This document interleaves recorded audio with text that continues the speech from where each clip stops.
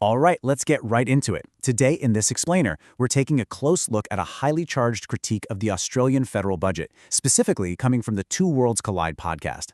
Budgets are usually these dry, dusty documents just packed with spreadsheets. But for political commentators, they're a gold mine. They take these raw numbers and use them to weave a really specific, sometimes dramatic story. So we're going to impartially unpack the claims from this source just to see exactly how financial data gets transformed into a passionate political narrative. The source actually kicks things off with this exact dramatic question. Did the government just declare economic war on the Australian people? By asking that right out of the gate, the host isn't just treating the budget like standard financial policy, they're framing it as an active, deliberate attack on everyday citizens. It's a massive hook, right? And as you'll see, everything that follows in their analysis is completely geared toward backing up this combative premise.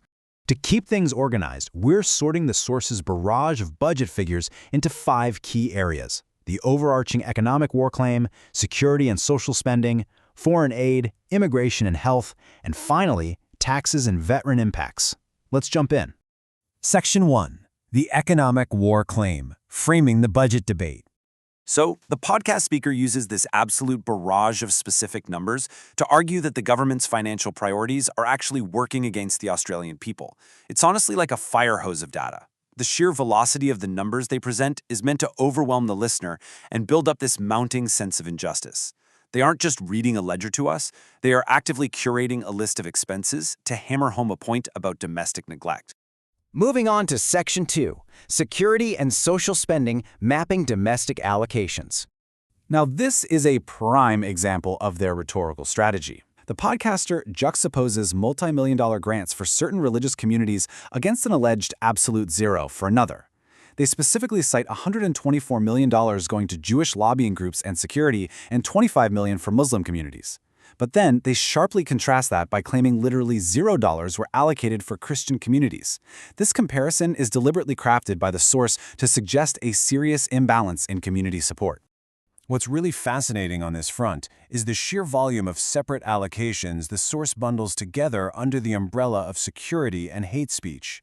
The commentator just rattles them off: 200 million, 46 million, 41 million, all targeted at combating anti-Semitism, alongside 32 million for social cohesion and 68 million for investigating hate speech. By stacking all these numbers back to back, the speaker is trying to paint a picture of a government that's hyper-focused on policing language rather than addressing broader citizen needs. The commentary also flags these massive social spending figures, really questioning the underlying priorities. For instance, they note $300 million to end gender-based violence and $24 million to recycle solar panels. But where the host really interjects is a $112 million allocation for gambling addicts. They ask, why doesn't the government just stop gambling lobbying altogether instead of spending taxpayer money cleaning up the fallout? It's a classic move, using a specific budget line to critique systemic government behavior. All right, Section 3, Foreign Aid Allocations, Tracking International Spending. Here, the source lists out these really substantial overseas allocations right in a row to emphasize money physically leaving the country. We're talking $500 million, $550 million for climate infrastructure in the Pacific and Timor-Leste. Then there's $167 million for Nauru, $64 million to recruit Papua New Guineans into the Defense Force, and $25 million for a strategic partnership with India. In the context of their economic war narrative, these figures aren't presented as diplomacy. They're framed as local wealth just being drained away. But out of all those figures, there is one massive sum, $330 million, given directly to Indonesia, that the speaker uses as their absolute main leverage point. The host frames this specific allocation to portray the government as reckless. They literally say, here, just have 330 Indonesia, don't worry about it. By using that conversational, almost flippant tone, it implies that hundreds of millions of dollars are just being casually tossed around overseas. And that completely sets the stage for the frustration they're going to express about domestic funding limits in just a minute. Which brings us to Section 4, Immigration and Health Funding, the Demographic Debate. In this part, the podcast groups together various health and compliance figures to question the economic footprint of recent migrants. They point out $450 million for RSV vaccines, $27 million to make migrant workers follow the law, and $10 million for migrant women's health literacy. But the single figure that triggers their most intense reaction? That would be the $68 million earmarked for HIV treatment for immigrants who aren't even eligible for Medicare. And that leads to this provocative question, which the speaker actually repeats multiple times. Who are we importing? By choosing the word importing, the source reduces immigration down to this purely economic, logistical transaction. They're actively questioning the logic of bringing in individuals who immediately require multi-million-dollar medical support from the taxpayer. This specific quote perfectly captures the speaker's core anxiety. So we're not bringing in doctors and engineers? Honestly, who are we bringing in? The podcaster is leveraging these health-related budget lines to cast serious doubt on current immigration policies. Their argument is essentially that the country is taking on massive financial liabilities instead of attracting highly skilled professionals.